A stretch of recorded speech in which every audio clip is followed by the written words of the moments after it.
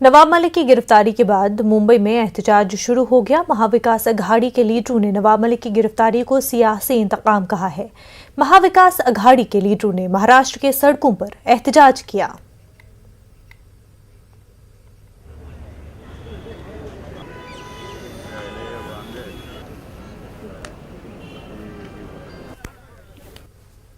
नवाब मलिक की गिरफ्तारी के बाद महाविकास अघाड़ी मैदान पर उतर चुके हैं। हम आपको तस्वीर दिखाएं कि मुंबई में मंत्रालय गार्डन में विरोध प्रदर्शन किया जा रहा है। आप तस्वीरें देख सकते हैं कि महाविकास अघाड़ी के जितने भी नेता यहाँ पर मौजूद हैं, सुप्रिया सुले, अजित पवार, बाला साहब थोराट, तमाम नेता जो है यहाँ पर मौजूद है। छगन भुजबल, अजित पवार, यहाँ पर सभी वो चेहरे मौजूद हैं और इन सभी का एक विरोध प्रदर्शन का सिर्फ एक ही उद्देश्य है कि जिस तरह से नवाब मलिक की गिरफ्तारी की गई है वो गलत तरीके से गिरफ्तारी की गई है।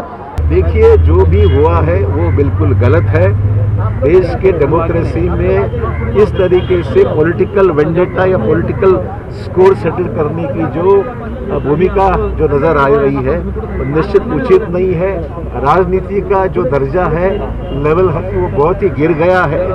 ये नगर पालिका में भी नहीं होता, उससे भी बदतर ये सिचुएशन देश में या महाराष्ट्र में निर्माण करने का प्रयास की जा रहा है। मतभेद हो सकती है, पॉलिटिकल डिफरेंसेस हो सकते हैं, अलग अलग विचार हो सकते हैं, पर ऐसी स्थिति में अपने विरोधी दल को कुचलने की जो रणनीति है या राजनीति है तो निश्चित तौर पर देश के डेमोक्रेटिक सिस्टम में ठीक नहीं है। खिलाफ बात करता है या उनके जो ये समीर वानखेड़े है या और कोई है, ये जो क्या कर रहे हैं, ये सच्चाई लोगों के सामने लाने की कोशिश करता है, तो इसका मुंह कैसा बंद करना है। तो बस ये लगा दिया, फरवरी में और एक एफआईआर कर दिया और एफआईआर अलग और अरेस्ट हो रही है अलग। अब देखिए तो कैसा कहाँ का कहाँ जो है कर रहे हैं। और मैं समझता हूँ कि मैं पूरे दावे के साथ कहता हूँ नवाब मलिक का और ये आतंकवादी लोग जो है इनका कोई संबंध नहीं है और ये जानबूझकर उसकी जो है अरेस्ट ये सही है ये बताने के लिए दाऊद को बीच में ला रहे हैं। 5 साल इनकी सरकार थी ना, तब आपको टेरर आगे दिखा। जब से नवाब भाई इनके खिलाफ बोलने लगे तब से टेररिस्ट हो गए। तो इनके साथ बोले तो आप अच्छे आदमी, इनके खिलाफ बोले तो टेररिस्ट। और ये तो किसानों को भी टेररिस्ट कह चुके हैं। क्या बात कर रहे हैं आप? सेम। जब लड़ रहे थे तब इन्हीं के एक मंत्री ने किसानों को टेररिस्ट कहा था। अब नवाब मलिक की गिरफ्तारी को लेकर के शिवसेना, एनसीबी और कांग्रेस यानी महाविकास अघाड़ी और बीजेपी आमने सामने हैं। एक तरफ बीजेपी का कहना है कि नवाब मलिक को इस्तीफा देना चाहिए, वहीं दूसरी तरफ सरकार यानी महाविकास अघाड़ी का मानना है कि नवाब मलिक इस्तीफा नहीं देंगे। कैमरामैन अविनाश लोंडे के साथ प्रशांत पांडे, न्यूज़ 18 मुंबई। और अब बात करते हैं रूस यूक्रेन तनाज़े की।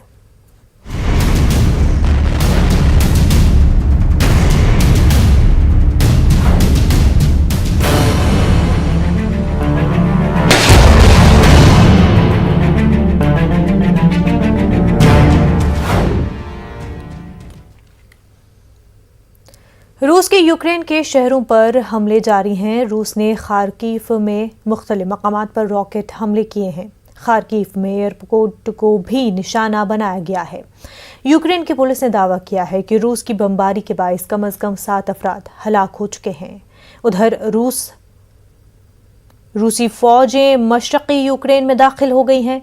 रूस के यूक्रेन पर हमले के नतीजे में वहां अफरा तफरी का माहौल है। कीव समेत दीगर शहरों से लोग महफूज मकामात को मुंतकिल हो रहे हैं। इस बीच यूक्रेन में मार्शल लॉ का निफाज कर दिया गया है। फ़ज़ाई खदमात भी मुअत्तल कर दी गई हैं। ख्याल रहे कि रूसी सदर व्लादिमीर पुतिन ने मशरक़ी यूक्रेन में फ़ौजी ऑपरेशन का ऐलान किया था। पुतिन ने मशरक़ी यूक्रेन के फ़ौजियों से हथियार डालकर घरों को जाने को कहा। कौम से खिताब में पुतिन ने मज़ीद कहा कि रूस यूक्रेन पर कब्जा करने का कोई इरादा नहीं रखता।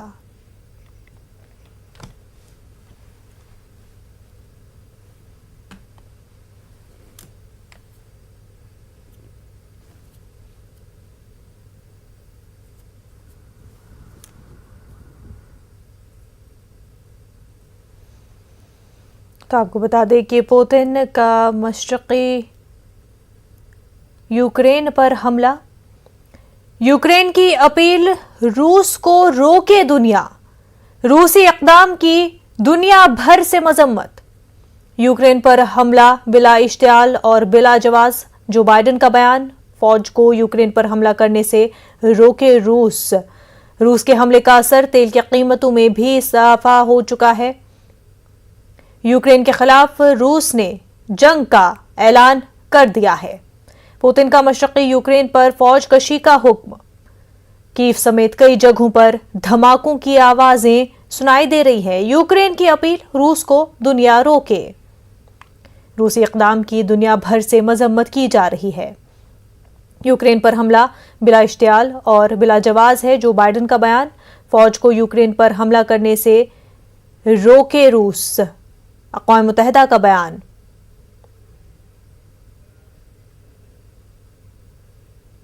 वहीं हिंदुस्तान ने यूक्रेन में मौजूद अपने शहरियों के लिए एडवाइजरी जारी की है। एडवाइजरी में कहा गया है कि मौजूदा सूरत हाल इंतहाई गैर यकीनी है।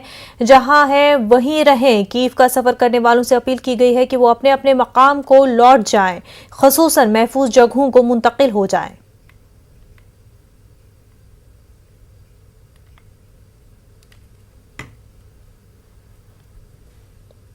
एक बहुत बड़ा फिक्स फॉर्मूला बना रखा है। ये लोग अलग अलग जिलों से मंत्री तो बना लेते हैं, अपने वोट बैंक के हिसाब से मंत्री भी ले आते हैं, लेकिन उन मंत्रियों के पास कोई अधिकार नहीं होता है। वो क्या करते हैं, अपने परिवार के लोग जो चुनाव जीत करके नहीं आए हैं, जो संविधान की व्यवस्था में नहीं है, उनको इलाके बांट देते हैं। भतीजों को कहते हैं ये 2 जिले तुम्हारे, भांजे को कहते हैं ये 2 जिले तुम्हारे, बहन को कहते हैं 1 जिला तुम्हारा। और अफसरों को भी मालूम होता है जो मंत्री बनाए हैं वो तो नाम के हैं, असली मंत्री तो परिवार में जिनको बनाया है सब कुछ उसी को। ये सुपर मिनिस्टर के ऊपर सुपर मिनिस्टर वो परिवार का होता है। फिर जो विभाग होते हैं, खनन का काम भांजा देखेगा, हेल्थ का काम भतीजा देखेगा। विभागों को भी परिवार के सुपर मिनिस्टरों को बांट दिया जाता है।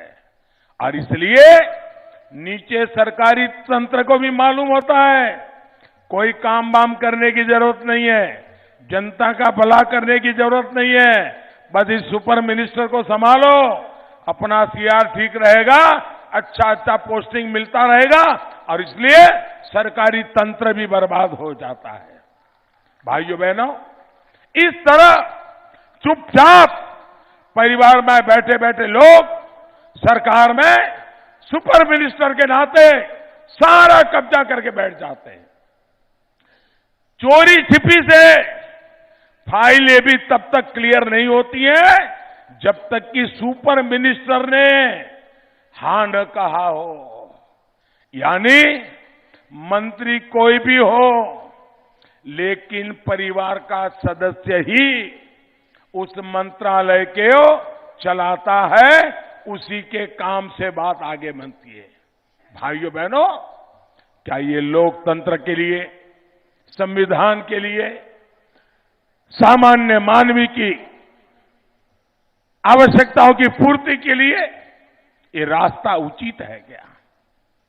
भाइयों बहनों, और इस सब परिस्थिति में वहां के अधिकारियों को परिवार का सदस्य ही कंट्रोल करता है। ट्रांसफर पोस्टिंग भी वो सुपर मिनिस्टर कहेगा तभी होगी। जो संविधान के मर्यादाओं के बाहर बैठा हुआ है, भाइयों बहनों, वही सुप्रीम होता है। परिवार की इच्छा, आदेश, वही सुप्रीम। इसलिए परिवारवादी पार्टियां डगर डगर पर संविधान का अपमान करती है, संविधान को नकार देती है। साथियों, परिवारवादी पार्टियां अगर सबसे ज्यादा नुकसान करती है तो वो है हमारी युवा प्रतिभा का, युवा टैलेंट का। जबकि आप देखेंगे भाजपा में आज कोई अध्यक्ष है, कल कोई और अध्यक्ष बन जाता है। आज कोई एक भूमिका निभा रहा है, कल कोई और वही भूमिका निभा सकता है। भाजपा पिता एंड सन्स की प्राइवेट पार्टी नहीं है और ना ही कभी हो सकती है। भाजपा में कौन किस परिवार का है, इसका कोई महत्व नहीं है। हमारे यहां कार्यकर्ता का परिवार नहीं, उसकी कर्मठता, उसका समर्पण, जनता के लिए सेवा करने का भाव, उसी को हम ध्यान में रख करके हम पार्टी का विस्तार और विकास करते हैं। और आप जनसंघ के जमाने से इसे देख सकते हैं। हमारे यहां हमने इसी लोकतांत्रिक परंपरा को आज भी हम जीते हैं और आगे भी जीने का वादा करते हैं। भाइयों बहनों, भारतीय जनता पार्टी को We destroyed 2 tanks and several trucks. Information is continuing to come. In spite of these assurances of the military, of the strikes on the military sites, there are reports that Russian troops are crossing the border. I have special case. The relatives of my wife live just 15 kilometers from the Russian border. Early in the morning, they were waken up by some explosions on the territory of Ukraine. In the border area, Russia attacked a lot of Ukrainian checkposts and border posts. Ukraine already is introducing the military state. We are starting mobilization of the reservists. Ukrainian army is not the army of 2014, when it was very much feeble, disorganized. After 8 years, situation drastically and cardinally changed. Ukrainian people are not panicking. We are ready to defend our territory, territorial integrity, to defend our towns and cities. And this information on the fast casualties among invading troops is confirmation of this fact. This aggression, it was not predicted by anyone. Sober-minded people could not expect it. Up to the last moment, the world was hoping for the peaceful solution. Up to the last moment, our president was repeatedly asking for bilateral negotiations with Russia. No response. Now we can see the clash of democratic country. Ukraine is like India, democratic country, and totalitarian regime. Now I am ambassador to India. Of course, the position and the task of every ambassador is to make the position of the country of his stay more favorable to our case. The special case is India. You know that India is United Nations Security Council non-permanent member. India is very influential global player. I am dealing with India from my young student years, and I know a lot about the history of your diplomacy. You had such bright guys like Chanakya, or otherwise he is called Kautilya, approximately 2,400 years back, when on the major part of Europe there was no civilization, and even those days you had qualified diplomacy.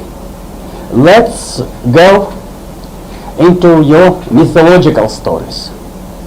Just remember Mahabharata, which according to some reports the war happened in 3102nd year before Christ. Even before Mahabharata war, there were active attempts of solving this conflict by peaceful means. Unfortunately, in Mahabharata case, it was not so successful, but I am hoping that in our case, it should be much more successful.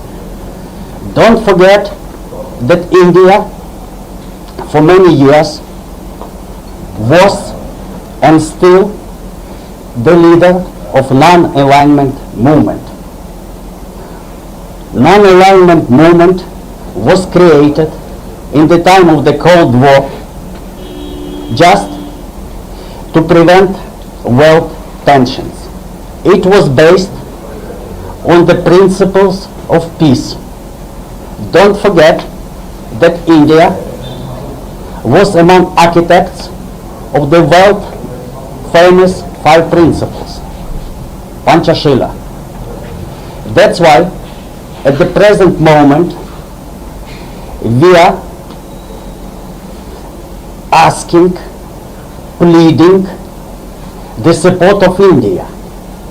India is the powerful global player, and in case of aggression of totalitarian regime against democratic state, India should fully assume its global role. Modi ji is one of the most powerful and respected leaders of the world. You know that you have special, privileged, strategic partnership with Russia. I don't know how many world leaders Putin may listen to, but the status of Modi ji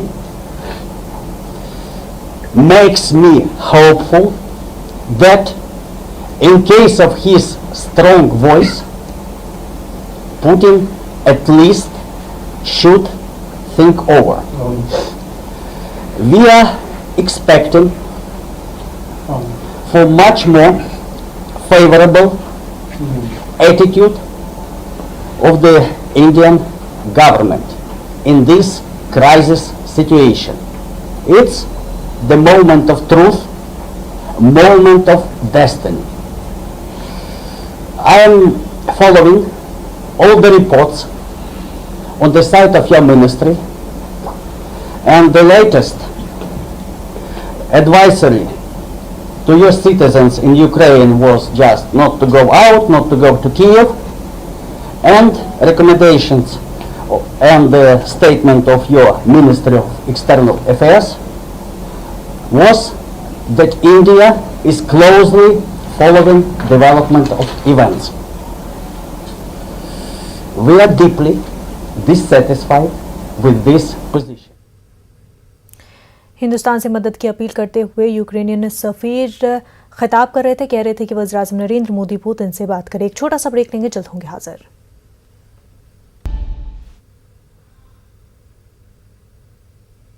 Ukraine में फंसे बुलंदशहर के तलबा के लिए हवाई जहाज के किराए में इजाफे से मुश्किल पैदा हो गई है। हमारे नुमाइंदे ने बात किया, ये देखते हैं। यूक्रेन के बीच हुए युद्ध के बाद आप यहाँ देख सकते हैं, ये शान का परिवार है। क्या नाम है आपका? मेरा नाम शकील अहमद है जी। शकील जी, आपका बच्चा वहाँ कब से पढ़ रहा था, किस तरीके की पढ़ाई कर रहा था? ये डॉक्टरी MBBS कर रहा है 5 साल से।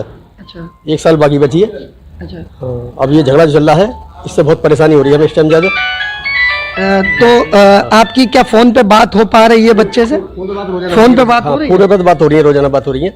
अच्छा, बाकी ये जो क्या कह रहा है बच्चा वहाँ? बच्चा ये कह रहा है जो बॉर्डर पे है, जो बॉर्डर पे जो कॉलेज है उनमें परेशानी ज़्यादा है। अच्छा, ये बच्चा कीव में है, वो कुछ बमबारी कल हुई है। अच्छा, उसकी वजह से बहुत परेशानी हो रही है हमें भी और उस लड़के को भी। अब ये है कि जो कॉलेज है वो पढ़ाई ऑनलाइन कर दे तो फौरन आ जाए बच्चे, मतलब तैयार बैठे आने के लिए। सरकार से क्या गुजारिश करना? सरकार से गुजारिश ये है कि टिकट जो है मंदा करा जा। टिकट 20,000 का टिकट है, अब 60,000 का टिकट है इस टाइम, ये मंदा करा जाए। ये सरकार से गुजारिश है हमारी। ये कब से महंगा हुआ है ये टिकट? महंगा अभी 15-20 दिन से महंगा हुआ जी, जब से ये बमबारी हुई है, झगड़ा चला है जब से। शान की माँ भी हमारे साथ मौजूद है। क्या नाम है आपका? जोहरा। क्या कहेंगी बच्चे के लिए? ये दुआ कर रहे हैं बच्चे वापसी आ जाए, ऑनलाइन पढ़ाई हो जाए और ये टिकट सस्ता हो जाए। सरकार से ये गुजारिश है हमारी। लगातार बच्चे के लिए दुआ भी कर रहा है परिवार? हाँ, दुआ कर रहे हैं, नमाज पढ़ के भी, कुरान शरीफ पढ़ के भी दुआ चल रही हैं सब बच्चों के लिए, उनके भी सबका, हमारा बच्चा ठीक रहे और सब ठीक रहे। अच्छा, बच्चे से आपकी कल बात हुई थी तो बच्चे ने क्या बताया, किस तरीके का माहौल है वहाँ? हाँ, क्या हो रहा है वहाँ, और कितने बच्चे इंडिया के फंसे होंगे? 20,000 बच्चे हैं, 2,000 आए, 18,000 बाकी हैं। परेशानी तो है ही, बच्चे को भी वो तो तसल्ली दे ही रहा है हमें। देखिए, शान के परिवार वाले थे, उनका साफ तौर पे कहना है कि लगातार उनको फिक्र हो रही है, चिंता हो रही है। हालांकि हम अपने चैनल के माध्यम से भी अपील करेंगे कि जल्द से जल्द उनके बच्चे सकुशल अपने घर लौट आए। हालांकि वो पिछले 5 साल से वह MBBS की तैयारी कर रहे थे और उनका अभी 1 साल और बाकी था। पिछले 1 साल पहले ही दिसंबर महीने में वो यहाँ से यूक्रेन के लिए गए थे और लगातार परिवार उनके लिए दुआ भी कर रहा है। कैमरामैन आंसू के साथ प्रशांत कुमार, न्यूज़ 18 बुलंदशहर।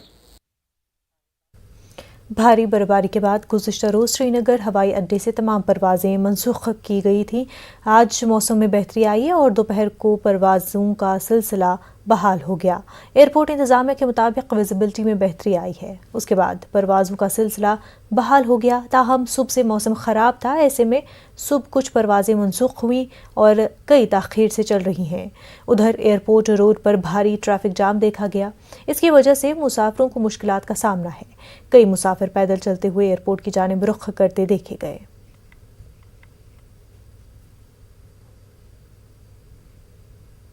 लाइट से कब जाम मिला हमें? कहाँ से?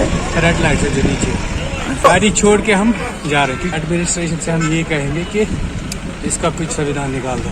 बहुत ट्रैफिक जाम है, लोगों को बहुत परेशानी हो रही है। इस साइड देखेगा पूरा बंद है और जितने भी पैसेंजर गाड़ियां आ रही है उधर से एक लाइन में छोड़ रहे हैं खाली। आप देखो, अगर VIP गाड़ी आएगी 2 से 3 1 घंटे में आएगी और इन्होंने पूरा जो रोड है बाहर जो नीचे थाना है वहां से पूरा बुला करके मेन गेट तक रखा है। इसलिए हम आपके माध्यम से ये कहना चाहते हैं कि कम से कम खुदारा इस पे थोड़ा सा गौर कीजिए। बहुत ज्यादा प्रॉब्लम हो रही है, हमारी फ्लाइट मिस हो जाएगी। भारी बर्फबारी के बाद गुज़श्ता रोज श्रीनगर हवाई अड्डे पर तमाम तर जो परवाजें हैं वो मुअत्तल हुई थी। आज दूसरे दिन जो अब तक की परवाजें हैं वो ताख़ीर से चल रही है। ताहम अभी मौसम में बेहतरी आई है, विजिबिलिटी बेहतर हुई है, 1500 मीटर की विजिबिलिटी है। और उसके बाद जो बैनुल अक़वामी हवाई अड्डे श्रीनगर से परवाज़ों का सिलसिला वो शुरू हुआ है, बहाल हुआ है और लोग अपनी अपनी टिकट अपने अपने टाइम पे एयरपोर्ट पहुंचने की कोशिश कर रहे हैं। लेकिन हम आपको बता दें, ये हुमामा एयरपोर्ट का रोड है, इस पे भारी ट्रैफिक है, ट्रैफिक जाम है क्योंकि सड़कों से पूरी तरह से बर्फ नहीं हटाया गया है। ऐसे में जब परवाजें भी मुअत्तल थी और अब दोबारा बहाल हुई है तो लोग अब आए हैं, एयरपोर्ट की जानिब रुख कर रहे हैं और इसकी वजह से जो यहाँ पे ट्रैफिक जाम है वो लग चुका है। इंतजामिया भी इसे निकालने की कोशिश कर रहा है। इसकी वजह ये भी है जो सड़क के किनारे हैं उन पर अभी भी बर्फ जमा है। लोगों का कहना है कि वो कई देर से इस ट्रैफिक जाम में फंसे हैं, वो एयरपोर्ट पहुंचना चाहते हैं, उनकी फ्लाइट है, उन्हें फ्लाइट पकड़नी है, लेकिन ऐसे में जब ट्रैफिक जाम है उनको मुश्किलात का सामना है। न्यूज़ 18 उर्दू के लिए हुमामा बडगाम से मैं आबिद हुसैन।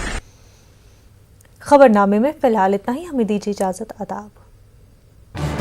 इस न्यूज हेडलाइंस के प्रायोजक पेट सफा आयुर्वेदिक जून। पेट सफा हर रोज